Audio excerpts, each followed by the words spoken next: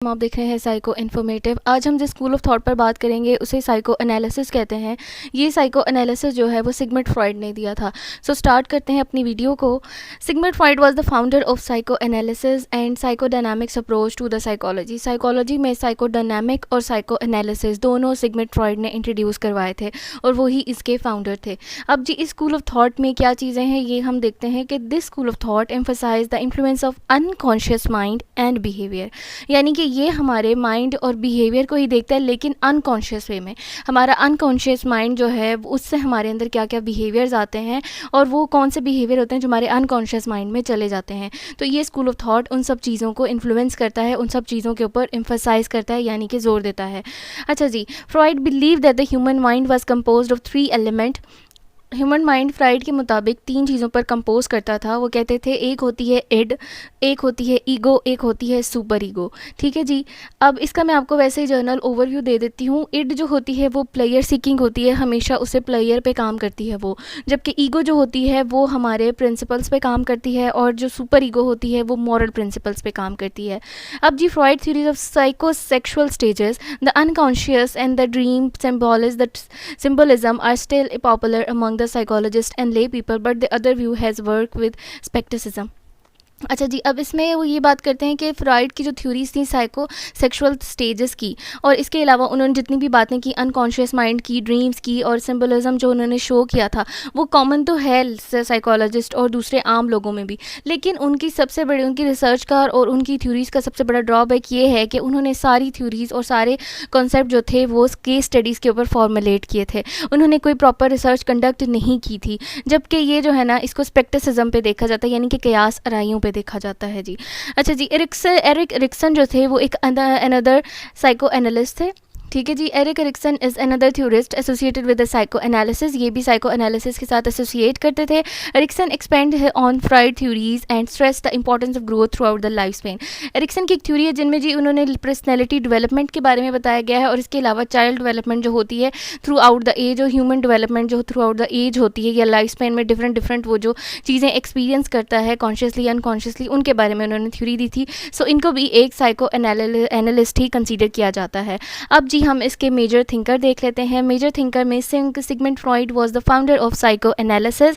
ये हमेशा याद रखिएगा, सिगमंड फ्रॉइड ने जो था वो साइको एनालिसिस को प्रमोट किया था, साइको एनालिसिस को पब्लिश किया था। अच्छा जी, उसके बाद एरिक एरिक्सन है, इसमें रिच फॉर्म है, कैरल यंग है, कार्ल इब्राहम है एंड कैरन हॉर्नी। इन लोगों ने जो है कंट्रीब्यूट किया था फ्रॉइडिज्म में, मतलब फ्रॉइड का जो नज़रिया था उसमें इन्होंने कंट्रीब्यूट किया था। इसके बाद न्यू फ्रॉइडिज्म आया था, उस पर भी इन्होंने कंट्रीब्यूट किया था। अब जी की आइडिया क्या है साइको एनालिसिस का, उसको देख लेते हैं जी। Psycho analysis also involve a number of different terms and ideas related to the mind, personality and treatment. यानी कि साइको एनालिसिस जो होता है वो डिफरेंट नंबर ऑफ टर्म्स पे काम करता है। एक तो वो आइडिया देता है रिलेटेड टू माइंड, यानी कि माइंड के बारे में बताता है, हमारे अनकॉन्शियस, सब कॉन्शियस और प्री कॉन्शियस माइंड के बारे में। इसके अलावा हमारी पर्सनैलिटीज़ क्या होती हैं, मतलब कहाँ से हम किससे डेवलप होते हैं, किस तरह होते हैं। इसके बाद ये ट्रीटमेंट जो होती है, यानी कि साइकोथेरेपी जो है, यानी कि साइको एनालिसिस थेरेपी जो है वो भी यूज़ की जाती है। अब जी इसकी स्ट्रेंथ और वीकनेसेस हैं वो देख लेते हैं। स्ट्रेंथ्स में जी सबसे पहले, even though the most psychodynamic theories did not rely on the experimental research, the method and theories of psychoanalytic thinking contribute to the development of experimental psychology.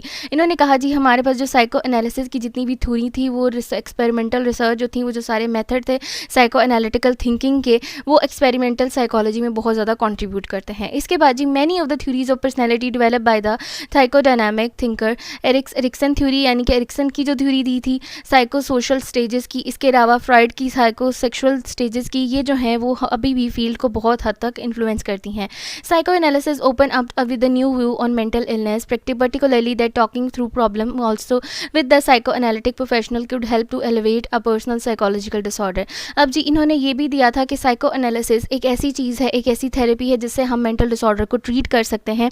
इसमें क्या होता है कि जो साइको एनालिटिक प्रोफेशनल होता है वो आपसे से बात करता है, आपके अनकॉन्शियस और प्री कॉन्शियस और सब कॉन्शियस थॉट्स को, नेगेटिव कॉन्फ्लिक्ट्स को, सब चीज़ों को दे एनालाइज करता है और आपको हील अप करने की कोशिश करता है। अब जी इसकी वीकनेसेस देख लेते हैं। वीकनेस, सबसे पहले इसकी वीकनेस ये है कि Freud theory overemphasize the unconscious mind, gender, aggression and childhood experience. Freud की जो जितनी भी थ्योरीज हैं जितने भी आइडियाज़ हैं साइको एनालिसिस में वो सारे सब कॉन्शियस माइंड के गिर्द घूमते हैं। इसके अलावा उसने ओवर एम्फोसाइज़ किया हुआ है जेंडर के ऊपर, एग्रेशन के ऊपर, चाइल्डहुड एक्सपीरियंस के ऊपर।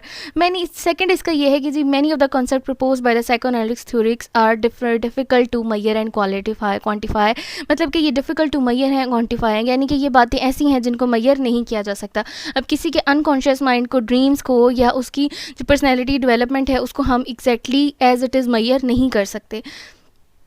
Most of the Freud ideas were based on case studies and clinical observation rather than empirical scientific research। ये बात मैंने आपको पहले ही बता दी कि मोस्टली जो फ्रॉइड के आइडियाज़ और कॉन्सेप्ट थे, यहाँ पे इख्तलाफ जो क्रिटिक्स हैं, क्रिटिसिज्म जो करते हैं वो यही कहते हैं कि जी ये एक मुकम्मल रिसर्च नहीं है, बल्कि ये केस स्टडीज़ और क्लिनिकल ऑब्जर्वेशन के ऊपर बनाई गई एक कॉन्सेप्ट है, एक स्कूल ऑफ थाट है जिसको इतना ज़्यादा वो नहीं कर सकते हम, यानी कि जिसकी ऑथेंटिसिटी इतनी ज़्यादा नहीं है, लेकिन स्टिल इसकी बहुत ज़्यादा इंपॉर्टेंट है साइकोलॉजी में। Thanks for watching my video. ये थी मेरी आज की वीडियो। उम्मीद करती हूँ आपको मेरी आज की वीडियो पसंद आई होगी। प्लीज़ मेरे चैनल को सब्सक्राइब ज़रूर कीजिएगा। Thank you so much and अल्लाह हाफ़िज़।